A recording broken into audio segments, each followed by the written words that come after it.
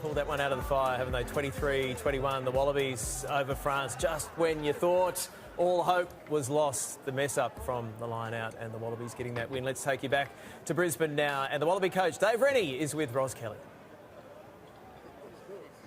Dave, congratulations. Your second win as Wallabies coach, but they gave you a heart attack then.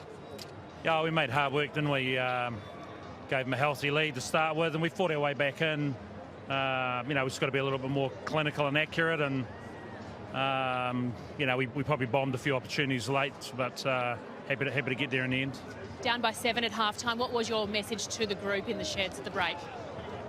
We talked a lot about composure. We felt that we'd wrestled momentum back, and you know, penalty count was 8-2 at that stage. I think late in the half it's something like 16-5. So we felt if we hung on to a bit of ball, they'll be all disciplined and we could profit off that.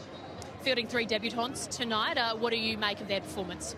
Sorry? You fielded 3 debutants tonight. What did you make of their performance? Yeah, I look really happy for them. I thought Darcy had a really big impact when he come on. Obviously, Lockie, he's going to be a really good hooker for us and long term. And then Andrew Callaway, he was you know, half a metre away from maybe grabbing a try on his first touch. So yeah, look, it's nice for the guys. Proud moment for them and their families. Dave, congratulations, and we look forward to seeing you on Tuesday in Melbourne. Cool. Thanks, Ross. Dave Rennie, very relaxed, a little more relaxed there than he might have been if things just hadn't quite worked out for the Wallabies. How important is it for Dave Rennie to... He's had that one win last year to start the season with the win. A little bit of self-belief for him personally as well. Yeah, well, it's almost the perfect result for him. There's plenty to work on. I don't think any of the players are going to be getting ahead of themselves and thinking they're world champions after that. But much better working on that after a win and a little bit of confidence. And you can look really analytically at what went on, as the French will be doing as well. But I'm sure we didn't get onto it with Rennes, but I'm sure he prides himself on that up-front work as well. And I think the scrum would have been very satisfying tonight for him. Yeah, no doubt. They certainly had the edge there in the second half, the scrum for the Wallabies. Now let's go looking for a game changer for the Isuzu D-Max, and really had to think about this one, and in many ways it was the skipper, Michael Hooper, Alana, coming back into this team. And clearly his leadership is one thing, scores a try, probably had a huge influence on this game. Yeah, well, he's such a champion, isn't he? And you can just see the work rate, the amount of times that he was just in the breakdown, causing problems. Forcing the French off the ball. He's an incredible player to watch, and as you said, he was in the right place at the right time. That work rate again, that try was no fluke. He puts himself in that competition and in that little grudge match constantly, and he's impressive. If you watch him throughout the 80 minutes, he just doesn't stop Drew. Yeah, he really is quite remarkable. Having played up there in the top league in Japan, he spoke about it. He had to put plenty of weight on, plus do plenty of fitness to be ready for tonight's game, and he's going minutes after the full 80-minute complement of the game, and he's still going, and he's still leading from the front. And look, those numbers, he just does so much off the ball. Like, he leads every kick chase. He's putting pressure on. He's slowing the French ball down. He's dictating in some ways the speed in which the game's played. He's really a remarkable player. Whenever someone says, oh, you know, Michael Hooper, is he that good? You know, I don't really see him do much. You go and have a look at the numbers. Because you're watching who scores the tries, exactly not what's happening right. around it. Look at the work he does. Now, the analyser, I saw you guys, you got your heads together. What have you come up with?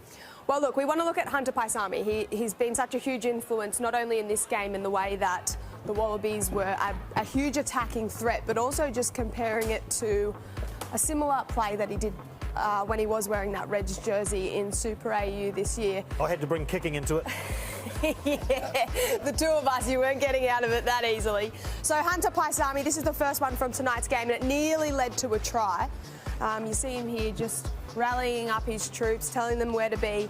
But well, he's out of numbers as well, because all the other backs have gone and started pushing in, so they were limited with their options, weren't they? Yeah, absolutely, and he's got great recognition for that, and also for what this defensive line's doing. And you'll see that they stay quite tight and move up together, which opens up this beautiful little attacking rubber threat.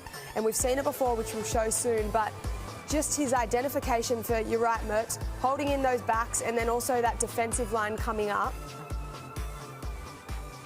He just has this beautiful little touch, and we spoke about the combinations. They nearly made it. It was just that timing that was off, but he tries that again next game, and surely it pays off. We've seen him do it, and the timing Well, the actually nailed in the reds. The execution of this skill, when you know you're going to do the grubber, it's very easy to do the grubber kick, put the kick in too early. But Paisami, we just saw it in the Wallabies highlight. He takes those extra couple of steps just to bring the defence up a little more, give them a little less time to react. But both times it's been a really well-weighted kick. You know, it's also very easy to overcook when you're on the run and trying to put that grubber kick in to put it far too far. He was unlucky with the bounce for Tom Wright in the test, but this one for Paisami, which for Petaia, sorry, which won the game, is just perfect. I mean, how Petaia managed to see that blind or get that blind around the post, goodness knows. But the weight of the kick was excellent. The threat of Paisami taking on the line, it's well known that he's tough, he's hard to stop. So he's going to make everyone put their attention on him, and then he puts that little kick through. It's a very, very hard skill to master. Yeah, I also think once you have mastered the grubber kick, and it's something that I think is a little bit underutilised in the game of rugby union at the moment, because once you have mastered that grubber kick, you can usually do it with the left and the right foot. You can actually predict when it is going to pop up. So we spoke about the timing of it not being perfect in that instance, but it's actually a kick that if you're in the backyard and you're practicing that core skill every single day, you can get it to pop up at the right time. Then you see the combinations of, we saw it with Petaia there, but then you form a little bit of a combination with your other centre or whoever it may be, and you can time that beautifully. So I really do think that it is a little bit underutilised in the game of rugby, but you can also see how threatening it can be when it does pull off. And obviously a bit of time in the saddle, those combinations, and it will get better over time, which I think is the overwhelming message for Wallabies fans. They are on their way and it will get better over time. Let's take you back to Suncorp Stadium. Two Wallaby captains standing by. Their final thoughts on this game. James Horwell, Tim Horan, what was your overwhelming emotion there? Was it just relief?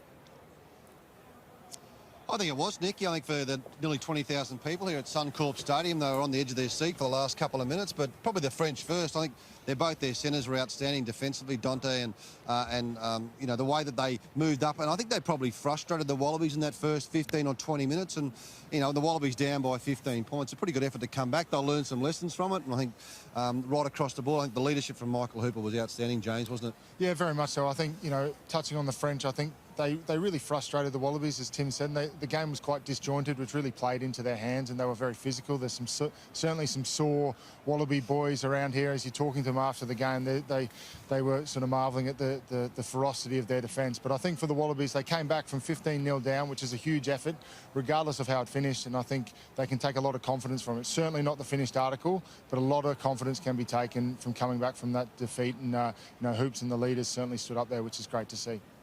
Good on you, James. It was terrific to have you on board with Nine and Stan Sport tonight. Really appreciate it. And Tim, obviously, always enjoy your commentary. So we'll see you in Melbourne. Thanks, guys. Thank you. Good stuff. Tim Horan and James Horwell there. Let's just have a look at what is in store. We've got Melbourne coming up. It's a tight turnaround for this series. 3 test matches in 11 days. So that's the next one. Game 2 on Tuesday at Amy Park in Melbourne, and full credit to both teams able to get around this country with so many challenges, and the French having come out of quarantine. So, you know, both teams putting in a huge effort to bring you the entertainment. It was thrilling, maybe not terribly polished from both teams, but it will get better, and there is a whole lot to look forward to. Yeah, absolutely. There's so much to look forward to, and I think because of the nature of the turnaround, the short turnaround, I think we'll see a lot of other players get opportunities on Tuesday night in Melbourne, which may lead to, again, some combinations. Maybe they might go to some combinations from Super Rugby, and perhaps the French might do the same from top 14 as well. But I thought, look, the way that both teams went into that game, the intent was fantastic. Obviously, it was a little bit disjointed at times. The French did really well in terms of frustrating and slowing the ball down and slowing the game down to suit them, which frustrated the Wallabies. But again, it was great to see the Wallabies find a way to win it in the end. I just still love the element of the unknown, because I believe that both teams can improve on that performance, and who knows what they're going to do next game. Bring it on. Can't wait to find out. Yeah, I don't think that the French will worry too much. Of course, they wanted to win. They'll be disappointed, but they won't write themselves off. One of the great things about playing in France was inevitably you'd lose away from home, because they tend to travel like oysters over in the French club rugby. But they'd lose away from home. You might get 60 points put on you, and all your teammates just say, oh, but we're French. So they won't mind. They'll put that behind them. They celebrate it. It's wonderful. And they will come out and they will feel they're even more of a chance in Melbourne. So so they'll be giving it everything. I think there could be a little bit of French in you, just quietly. I've got the shrug going. Yeah, exactly right. Andrew Mertens, Alana Ferguson and Drew Mitchell, thanks for your company tonight. And thank you for your company on 9 and Stan Sport. The international season is underway. Keep it here. You will not miss a moment. I'm Nick McArdle. A win for the Wallabies. Bye for now.